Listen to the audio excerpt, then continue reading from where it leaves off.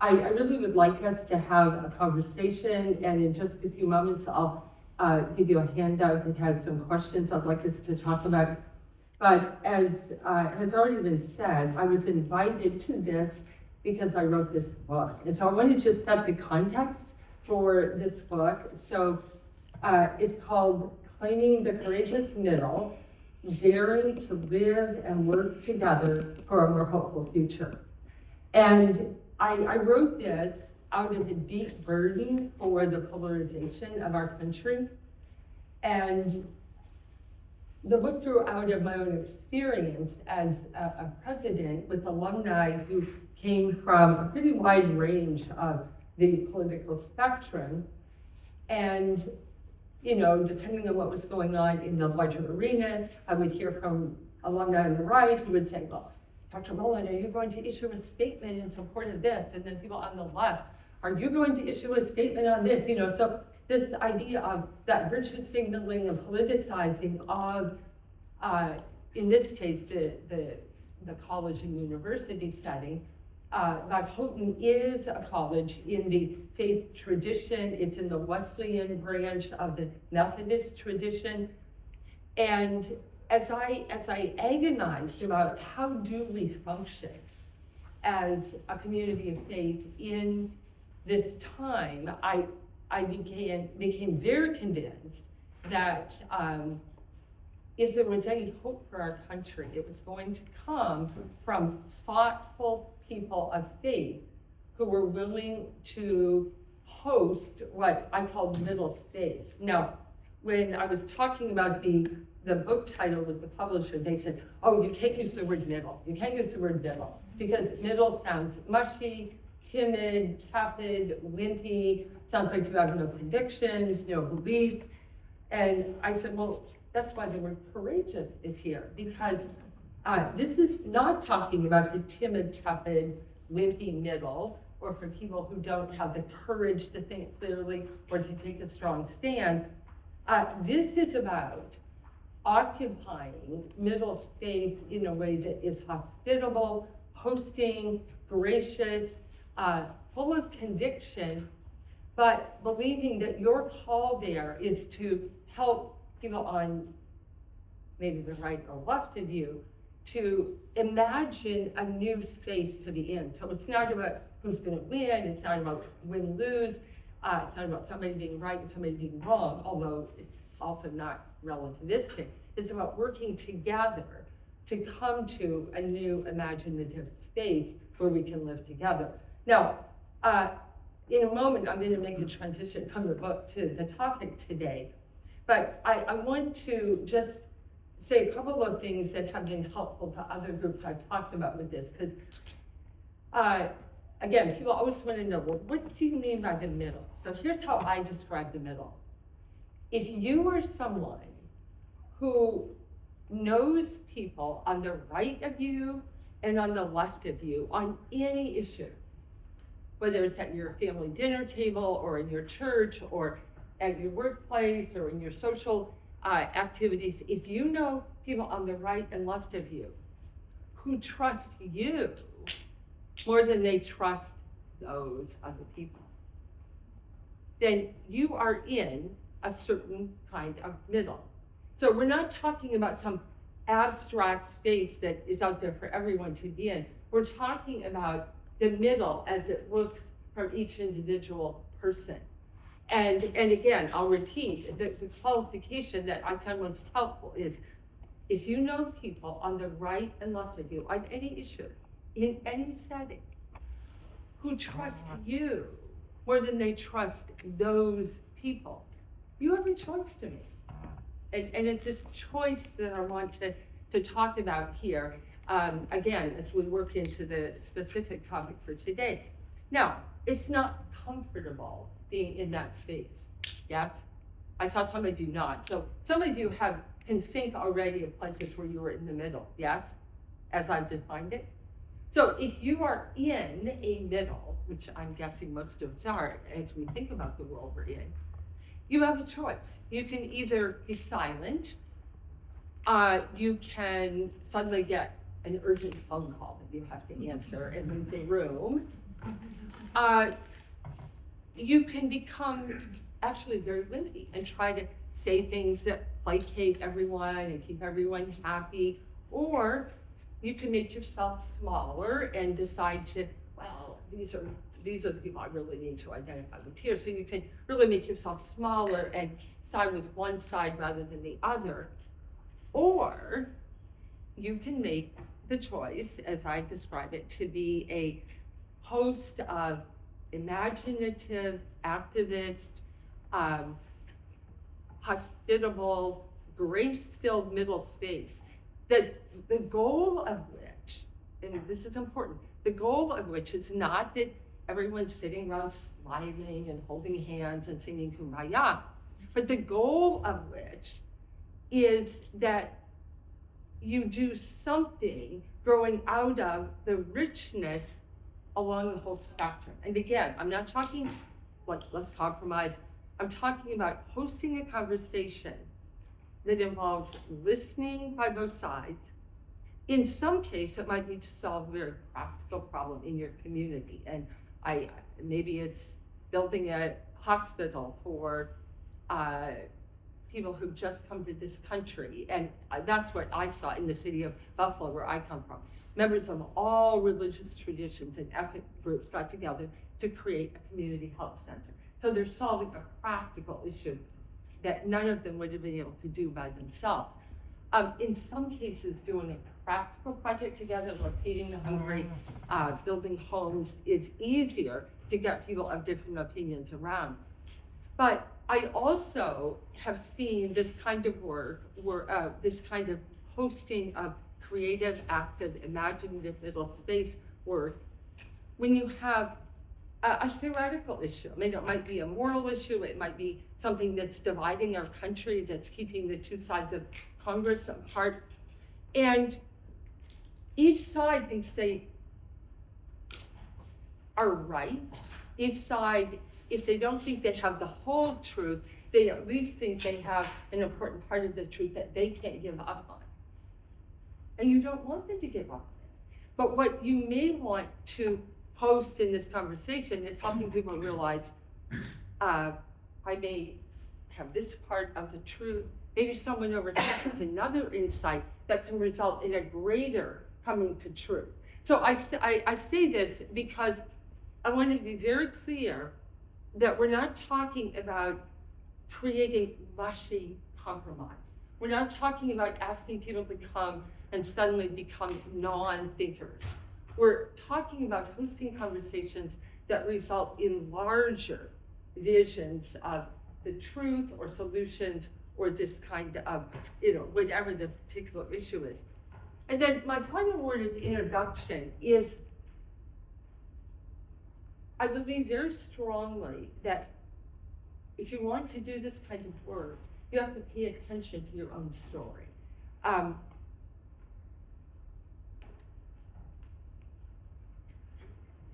And I don't mean that I'm really tough with stories these days. I'm a historian, so everything's a story. What I mean by paying attention to your own story is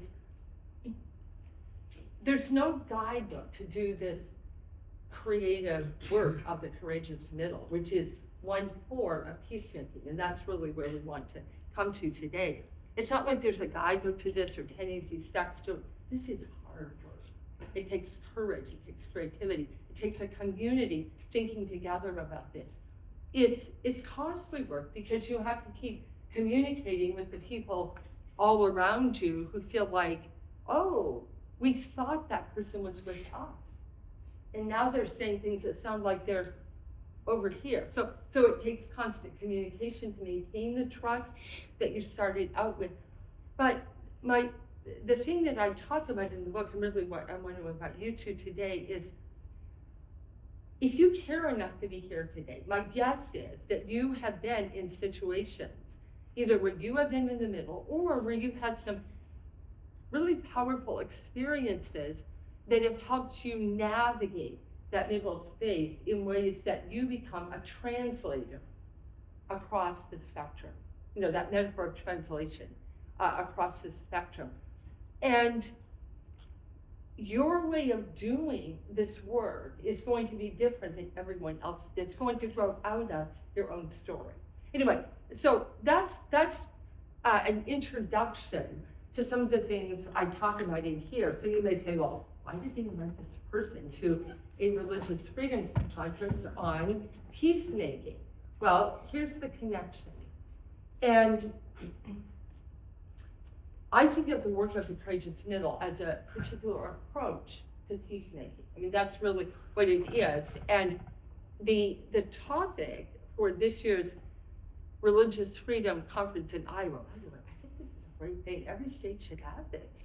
I mean, it's really a wonderful thing that you people in Iowa somehow managed to do. And I understand that there are a lot of people who support it and a lot of people who don't, which, that's also part of the challenge of this polarized time. But I think it's a really important thing. And the topic of today is the role of religion in peacemaking. So could I just ask, which one everyone has this, and this way they can at least have something to take with them. So I want to start with a question. And again, I don't know your backgrounds. I have no assumptions about any of you. I don't know if you have a faith or don't have a faith. I don't know exactly why you came. I knew if students came, they might come just for the pizza until, you never really know what you're dealing with. So I have no assumptions, but I would like to hear you talk along with it. So I have a couple of questions just to get it started. And I'm just curious, like, if I ask the question, your instant response, don't think too hard about it, because I really am trying to pull the room. Do you think of religion in general as a friend or foe of peacemaking? So if that question comes to you, how many of you just instantly would say, oh, I think of religion as a friend of peacemaking? Yeah, you can say no, yes. Okay, but yes, and actually that's a very sophisticated, thoughtful answer. Very few questions really have binary answers, do they? It's not important questions. But sometimes the value of a binary question is to test your own thinking. Like, okay, why would they be drawn this way? Why would they be drawn that way? And they know I can't say. So some of you are, quite a few of you said friend. Did any of you more instantly think, oh no, religion is a foe of peacemaking? Okay, so some of the same people. Well, certainly in the study of history in general, like world history for all time and place, the stereotypic commonplace assumption is that religion is a major problem for peacemaking. I mean, and you see so much in, history writing, and frankly, I think it's out of that assumption that even in our own country, for much of our history, this whole notion of separation of church and state has been taken to mean that you try to get religion out of the public square, because religion is going to be a problem in the public square. And so, again, a lot of you look younger than me, but at least people my age, when we went to college and went to university, in general, or in public school, the assumption was, religion is a private thing, you keep it to yourself, you don't really talk about it out in the public square because, it's too divisive. Part of the work of this Religious Freedom Day, as I understand it from Susan, is really to change that vision that religion inherently is a problem, to the idea that really what we ought to be going for is what political scientists think about as pluralism. So not secularity, not the absence of faith in the public square, but pluralism, where you have a flourishing of multiple worldviews, multiple faiths in the context of a civil democracy, and none of them is in control of the government. And of course, that's what we fought the American Revolution about, right? To get out of Britain and France and all those European countries that had established religion. So I'm interested, I'm going to ask two, I'm going to just ask two of you that said you thought of it as both. Tell me why you said both. So I saw your hand first and then this gentleman back there. What drew you to say it was both? Like what pulled you to that? A little bit of what you said in regards to historically, we see the tension that you've got to be so polarized one side or the other. There's no way to find a conversation in the middle. And a lot of religion will say there is a right and there's an absolute wrong. Yeah. Rather than actually having that challenging discussion.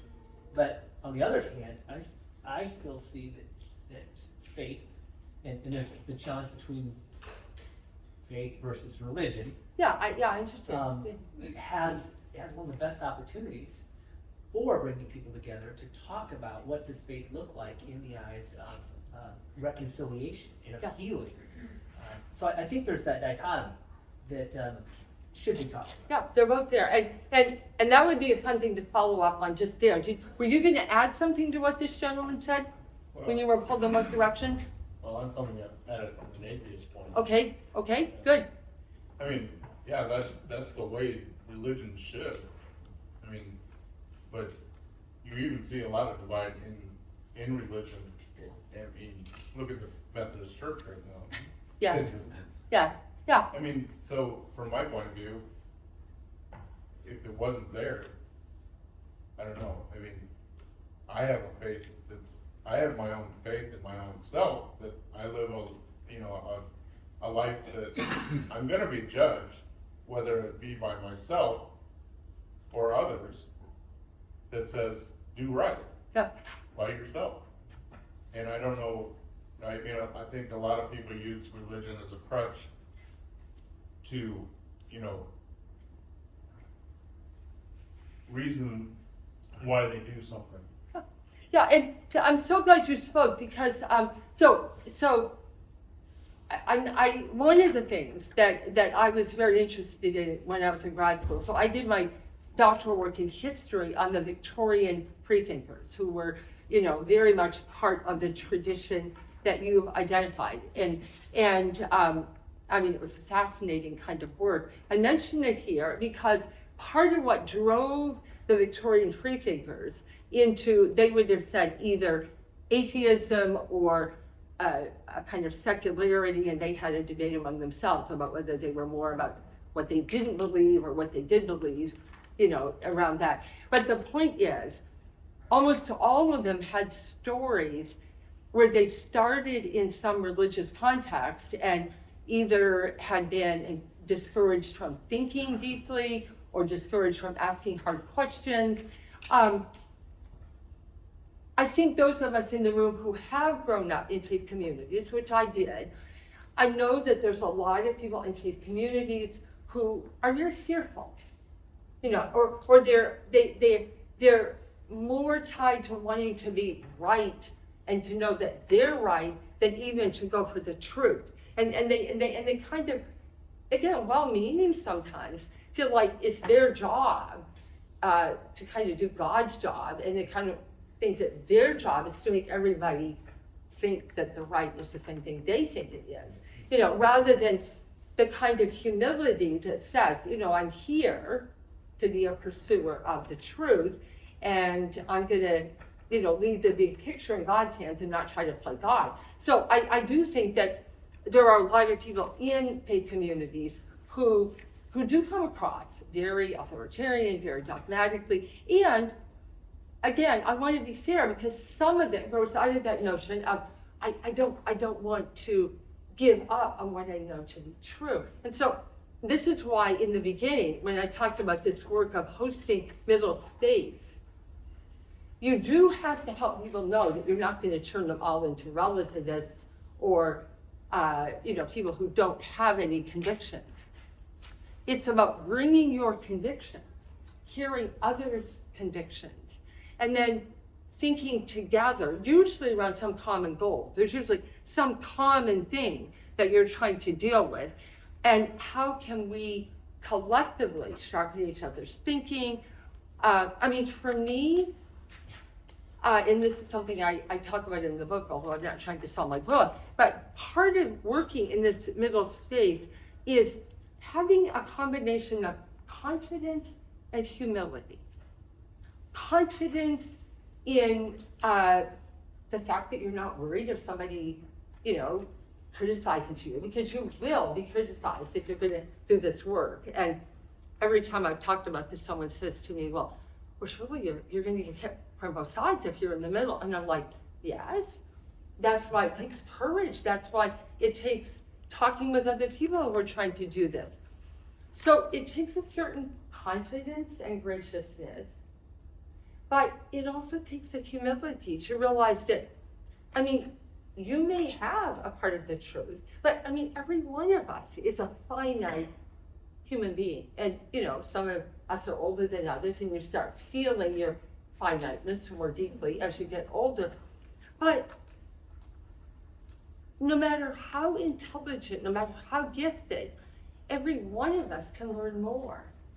So being finite and then having that not perfect vision of the whole picture. So again, it's not asking people to give up what they believe, but to think with others. And as I say, in the confidence that there will be something out of this that will emerge from this. Did I miss another hand? Yes, please, Sonia. So I was very shocked a couple years ago when I met a young girl. She was a college graduate who was very fearful of people who were religious. And our family is religious. Yes. Okay, she was dating my Yes. son. And she had not grown up with religion. Her father was Jewish but not practicing. Her mother was Chinese Indonesian. So she hadn't had a Christian upbringing, but her parents didn't talk about religion at all. So she was like complete religious virgin, if you say. And anyway, I was shocked at how scared she was. She believed every stereotype on TV. She had not had meaningful she had Muslim friends, but she was very frightened of Christians. She kind of painted us all with the same brush. And I just had never realized that she was very intelligent, yet she had not mixed with anyone who was a bit more balanced than what she saw on television. So well, and Sonia, thank you for that point, because if you are, I'm going to say everyone here, because we're all dealing with other people who have stereotypes about us, no question. And I've spent my whole life in the academy, and the academy in general would be like the person who came to your home. The academy is terrified of religion. Even in religion departments, they're not usually they're usually talking about religion as a human enterprise. They're not trying to figure out how do we worship God more actively. So there is in the academy a lot of fear. So I very much relate to that, and part of what drove me, to write this book is, and here's where I'll use Sonia's comment to get in the topic here. I believe that if you are a person of conviction, so I said here faith, but I don't want you to do that narrowly. If you are a person who has some convictions about the world, and you are seeking to be a person of integrity, and you are seeking to live according to those beliefs, then you are someone who I would apply. It's people like us that I believe have the greatest opportunity and the greatest responsibility to be agents of this hospitable space right now in the polarization that is ripping our society apart, and from top to bottom in every arena. This is not something that is going to be solved in one place. It's not going to be solved in one grand pronouncement from Washington, or one grand pronouncement from Des Moines, for that matter. I think of this work, and I'll kind of start at the end, and then I'm going to come back to the outline and walk us through it. I think of this work, and I will choose metaphors from the work of Jesus in the New Testament, where he talks about salt. I mean, salt doesn't wave a flag, you know, and you know, but you think of how powerful salt is in seasoning and preserving, in other times and places healing. It's work that is so powerful, but it's often behind the scenes, often hidden.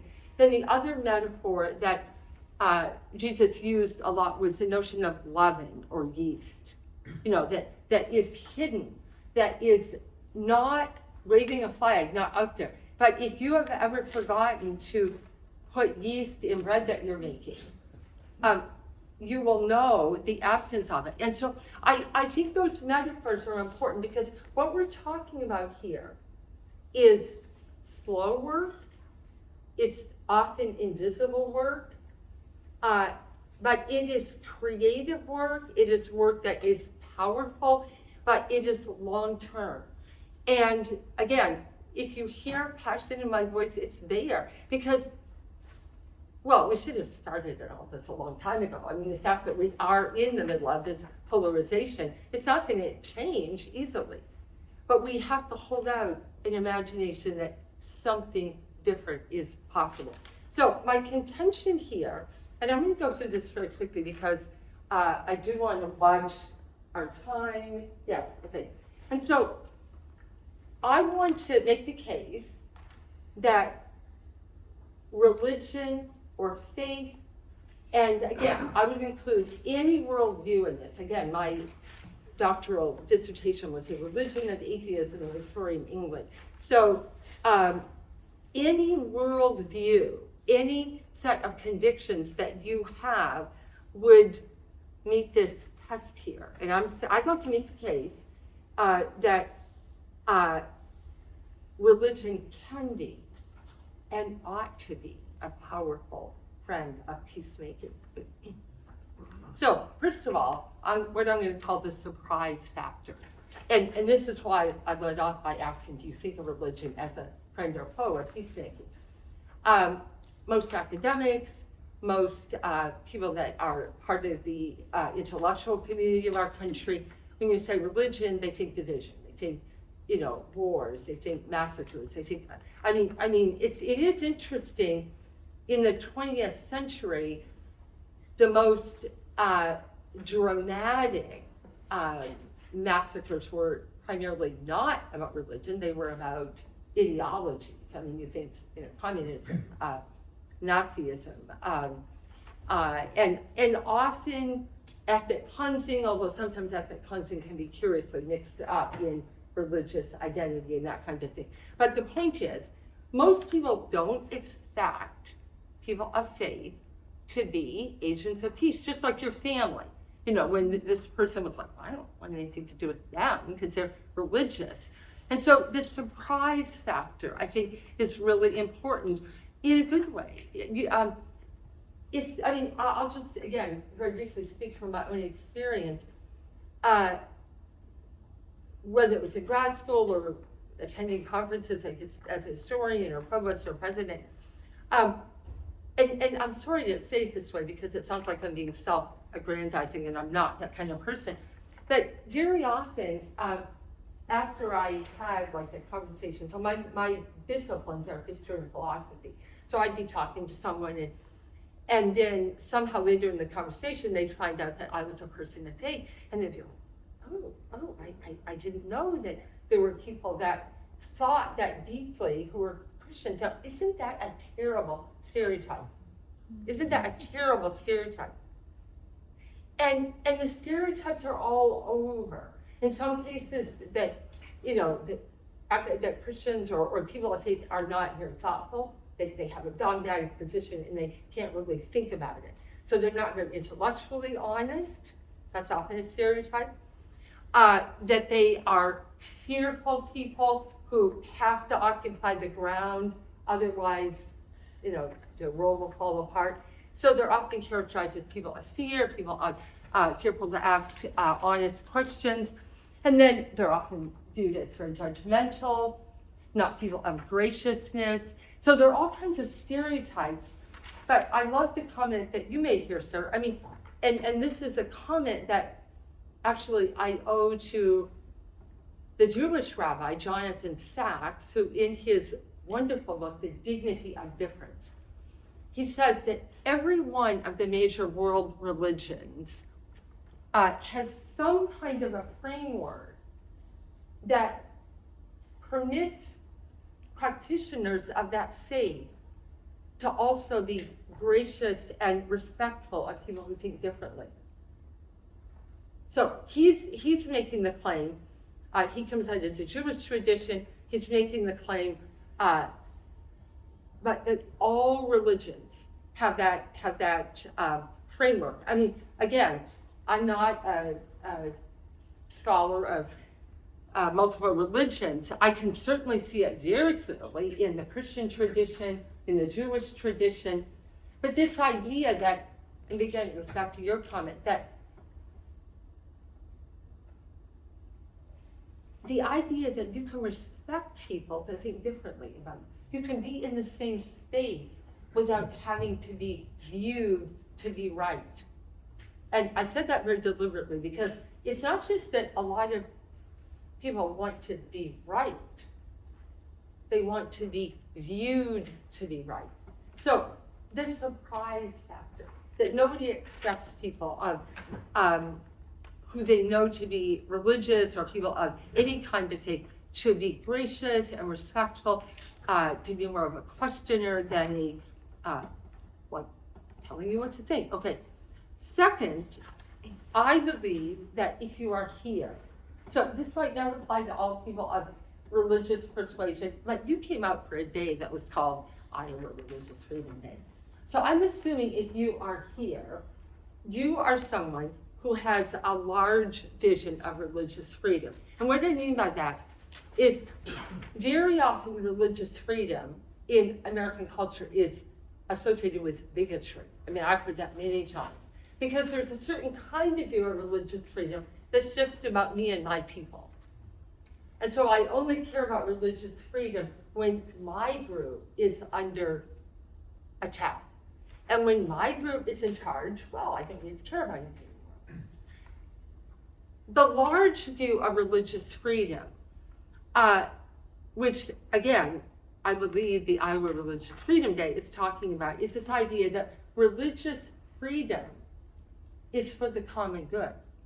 Because first of all, even if you were just thinking practically, you don't know at a given time when your particular group might be in need of some other group's grace.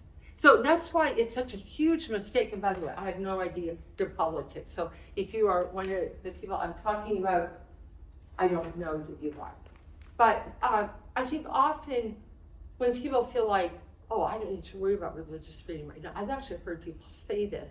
They think, well, when their group is in the ascendancy or whatever, well, we don't have to worry about that anymore. And my point is, that's when you should be especially supportive of religious freedom, because it's only when you don't need it yourself that you can actually be taken seriously in advocating for it. I mean, if you are desperate for religious freedom for yourself, then people can always discount you and say, well, they're just special pleading. Whereas when you're not making the case for yourself, but for the whole community, you can be taken seriously. So I'm assuming that part of, again, the role of religion in peacemaking is to choose that larger vision. Third point, very important point, which I've already hinted at. Whatever your faith, whether it's a strong humanist vision, a strong Christian vision, a strong Muslim vision, a strong any other vision, whatever, you have more than the American Constitution to give you a basis for mutual respect and dignity for all persons. I mean, you could say the Constitution should just provide a basis for all Americans to have mutual respect and dignity. And that's what the Bill of Rights was supposed to be about back when it was added. But see, part of my contention in terms of why the people who are people of faith, they should be better at peacemaking than the average American, because they have more than the Constitution to rely on. They have some sort of framework.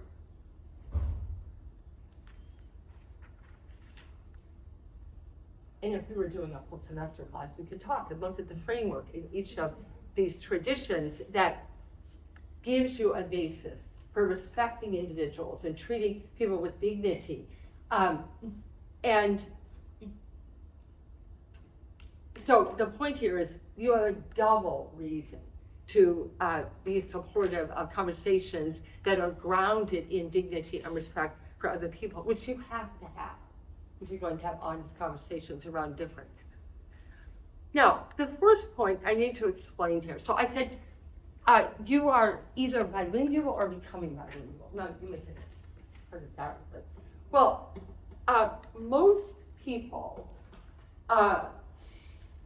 if they either have grown up in a faith community or have grown up intentionally choosing not to be part of a faith community, and they are people who are thoughtful, they're going to be able to translate between the right and the left. And if you are going to be a peacemaker, you have to be a translator.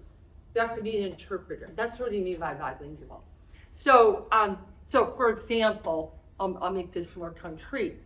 And actually, you touched on it whenever you talk about people having stereotypes.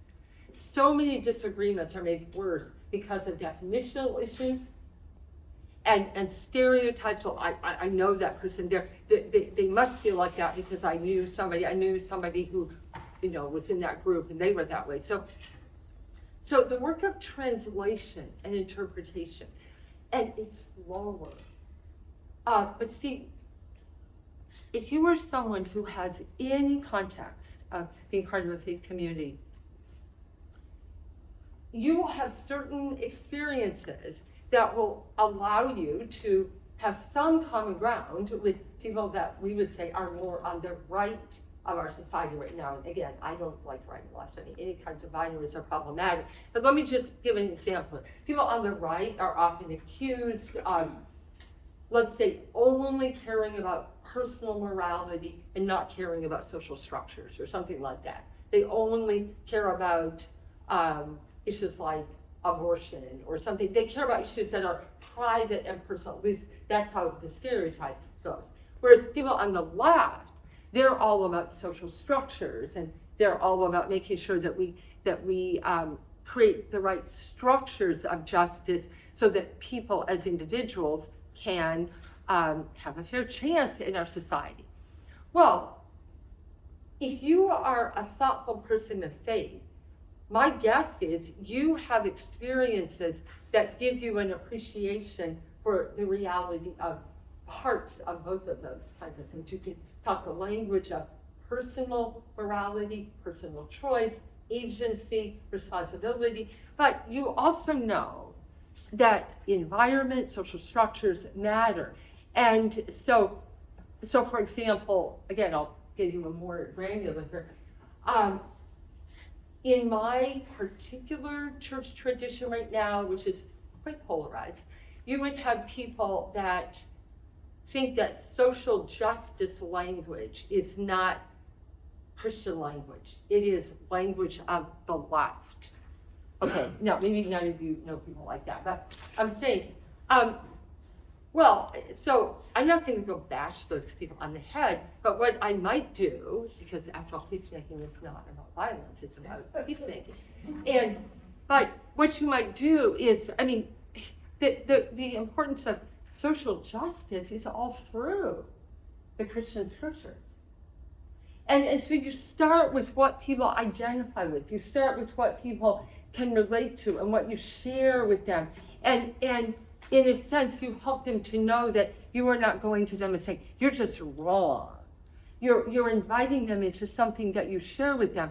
But then you're also, I mean, again, this is where you'll have to draw your own map of what you're in the middle of. But then there would also be other people who could only talk the language of social justice in the Christian tradition, And they're very intolerant of people who emphasize personal responsibility, personal agency, and this kind of thing. And that question, which gets into the role of free will and all kinds of other things. I mean, if you take it apart, it's one of the classic debates of the human condition for all time and place. My point here is, if you are a person of faith, chances are you have people to the right and left of you who are more sympathetic to the language of the left or more sympathetic to the language of the right.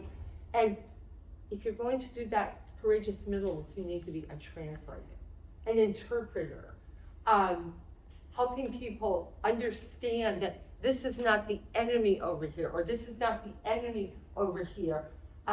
Let's help us think about what we have in common. And again, I'm not talking kumbaya, but where there isn't commonality, how do we move to a larger understanding of either the truth or the practical solutions that we might come up with? As I close this right now, because I do want there to be a few minutes for any final comments, this is costly. And I've already said that, I don't want to minimize the cost, but if there aren't some people in our society today that are willing to bear the cost, I mean, we're in really even deeper trouble than we think. And sometimes it's as simple as having the courage to name things accurately, you know, to pay attention to what's going on. I mean, there are many ways of seeking to be a person doing this work. But there will be a cost. There will also be rewards. And again, you probably have examples from your own life. I mean, when you get into this work, sometimes you meet really amazing people that you never would have met if you only stayed with your own group on one side or the other. I've had people tell me that it was only when they started to talk to people who really thought differently about either political issues or particularly interfaith issues, it was only then that they truly began to understand their own faith more fully. I mean, if you're only in one group of people who think all the same, you never really have to think about what you think. You see what I'm saying? It's all taken for granted. And so if you're only talking to people, and this is, of course, don't get me off on social media, but this is what is part of the problem in our society, where people are only dealing with, you know, podcasts and newsreels, and they're only listening to other people that they want to hear. And even museums have started, you know, you can come in and decide what grid you want to focus on, and they're like, who would think that you would become a larger person by filtering out everything you don't already know or agree with? So the rewards of interacting with people who think differently are very personal. Now, I already mentioned the very practical community health center in Buffalo, New York, which is very close to my heart. That never would have happened unless people from multiple faiths, multiple socioeconomic backgrounds, multiple ethnicities have said, we can do healthcare in the city of Buffalo better. And there's a community health center there that serves about 15,000, mostly ethnically diverse people in Buffalo. And so a lot of this work can lead to practical solutions.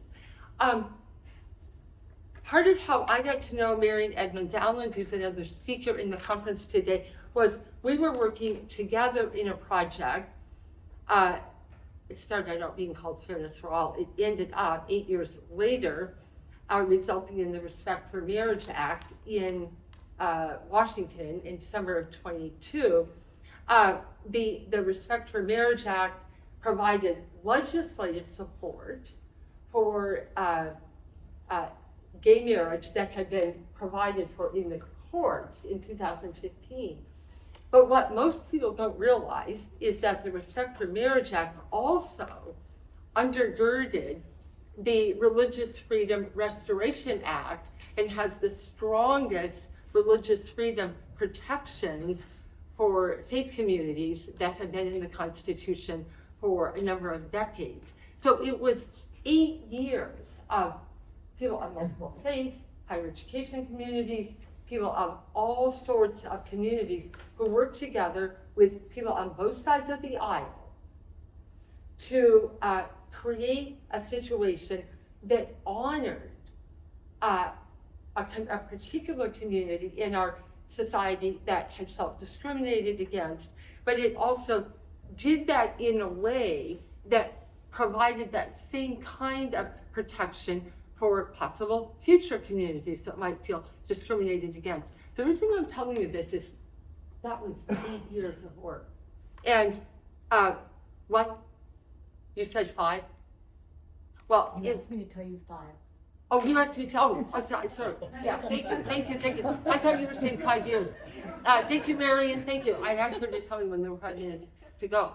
Doing the job. No, there were, sorry, I don't actually know, because I don't know when Marion got involved in this, but the communities that I was part of were involved in this for 8 years, and there were ups and downs and all kinds of things. So I'm telling you this because this work is slow. It requires faithfulness, it requires incredible integrity, because you have to not betray yourself in the process of doing this work. But, I mean, what came out in that December 22 legislation is something that even a couple of years earlier, people on the right and left of center in Congress could not have imagined happening. And so I'm a believer in this kind of thing because I've seen it work in multiple situations. And then my last point is that because this is lonely work, you need company for the adventure. And so I think about the work of the Courageous Middle as kind of like all of these kindred spirits working behind the scenes, doing this kind of salt and leaven work in their communities in a particular way and encouraging one another in that. And if you are already part of some kind of faith community, not everyone in your community is going to want to be part of this work, but there might be 2 or 3 people who can encourage one another. And one of the things I do talk about in the book is you learn to do this work by watching other people do it. So if you know someone in your community who's doing this, volunteer with them, be an apprentice, because that's how you learn to do it. And you said you're a pastor, so I don't want to put you on the spot, but I just wish I've met some wonderful pastors in this work who are trying to lead their congregations in surprising their communities, in doing something that they didn't think anybody expected. So I'm not trying to put you on the spot, but I do think that pastors are particularly vulnerable, but they also have particular opportunities in this moment. Anyway, those are my thoughts that I wanted to share with you, challenge you. I think this session was supposed to end at 12:15, but we don't need to stay that long. I do want to just open the floor though. Any thoughts or insights or things from your own experience that would enrich the conversation? Or if you think I'm crazy, tell me that too. But I'm interested in what would it take for you to imagine being an agent of hopeful work in this moment? I mean, that's really what I'd like to send people away thinking about. So any thoughts, any reactions, insights? Please, some. So this makes me think that this is really like one by one type of stuff. Like it's getting to know someone one-on-one and making that baby steps friendship. It's really hard to get that big group. That must be the slow thing that you're talking about. Exactly. I mean, we don't like metaphors of contagion so close to the pandemic, but it is like something that does, I mean, concentric circles, maybe that's a better way to think about it. Mm-hmm. That it's not something you solve from the top. I mean, you can't preach about it and have everybody suddenly know how to be an agent of the courageous middle. I mean, that's not going to work, because it has to be something that people, again, sense, okay, I know what it feels like to be a person in the middle. That's why I say it often grows out of your own story. I know what it feels like not to be understood. And then out of that, you think, okay, who do I know that I can bring into this? I see a hand out here, please. Yeah, I think curiosity plays an important role in this. To acknowledge that and be curious about it, because that kind of gets away from the emotional part of it. And that it's okay to be curious. And curiosity is tied to humility. When you think about it, because curiosity is willing to say, I don't know everything. Or help me understand what you meant when you said that. John Paul Lederach's paradoxical curiosity. Yes? Yes. Yeah. Why don't you tell the group? Say more about that. Well, it's being able to hold two ideas in tension long enough to perhaps find a third way. Well, exactly. And that's what so much of this is about, which is why, again, when I say it's not either or, I always want to be careful there because people then immediately think I'm some kind of relativist. No, that's not it. But see, there are many binaries in the world. Just like when I asked my first question, is religion a friend or foe of peacemaking? I mean, you can think of certain things that pull you here, certain things that pull you here. Often it's a matter of waiting for some kind of either greater insight or, I mean, mathematicians talk about waiting on problems. You know, or if you're a writer, you're waiting for the right word. You know, please. It seems like listening is as much of a component as speaking, being in the middle. Listening is huge, which is why what I'm doing today, mostly talking, this is not courageous middle work. I'm trying to challenge, no, I'm serious, it's not. I'm trying to talk about courageous middle work. But yes, it's hosting, it's asking questions, it's knowing your audience. What is it going to take to make the people on your right and left feel safe in a conversation? And it might be at your dinner table. That's going to be a different thing than in your church or in your local social group. But it's knowing your audience. It's asking questions. It's creating occasions that people feel safe enough to say what they actually think without feeling that they're going to be shot down. So this is not about courage. This is about the word. But anyway, other comments, please, inside. I like several of the words that have been mentioned. You need safety. Yes. And I like the curiosity, but I was wrestling with it, and I'm glad you said tension in, because there's a discomfort that is involved in this for anybody, from coming from a place of certainty or confidence, or to be able to say, well, maybe I don't have all the right answers, or I can engage with somebody who thinks differently. Right. So there needs to be a tension of safety and discomfort. Absolutely. And for me, I try to provide that in a church space, but it's also not a place where people naturally feel safe, because they feel like, churches often feel like, I'm coming there because you got the right answers, Right, or you're gonna affirm the answer exactly. that I have, Yeah.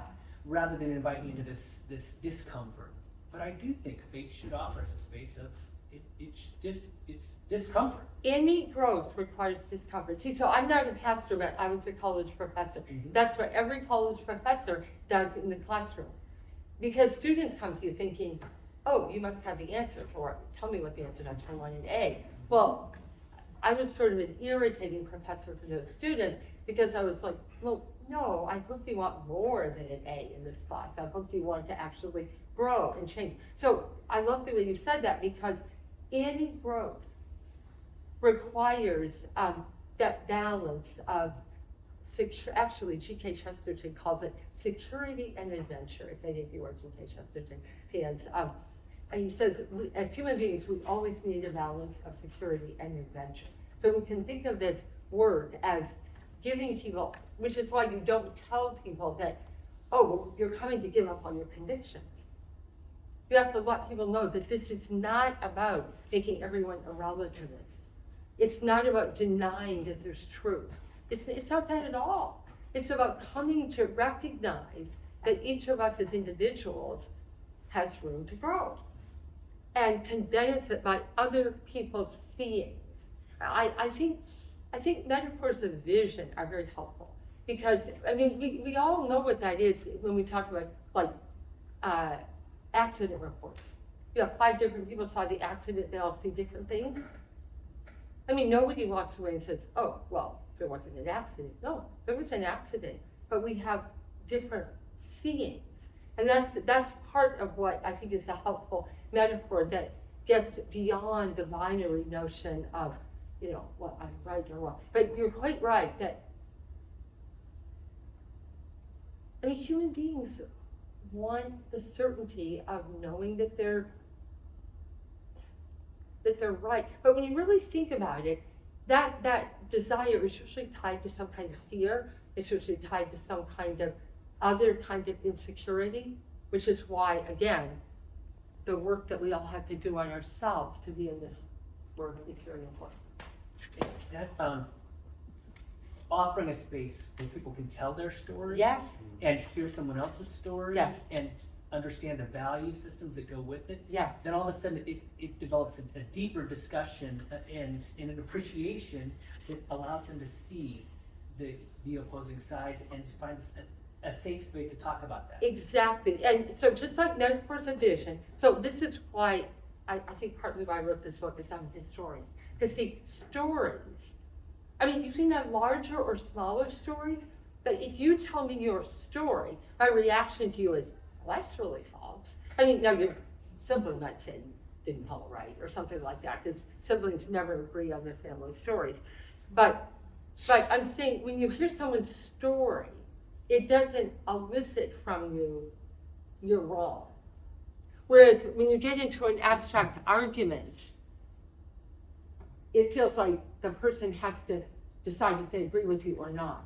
So absolute stories, and Marion, if any of you are coming to the workshop tonight, this is part of what Dr. Edmonds Allen is working with, is structures of conversation that help people tell their stories, clarify values for themselves. And part of what you're doing there is then building that combination of confidence and humility, which enables you to be present in the face of difference. Okay, I need to let you go. Thank you so much for coming today, and thank you for entering into the conversation. And I hope that all of you will be an agent of courageous middle space in this time when our society so desperately needs that. So, thank you.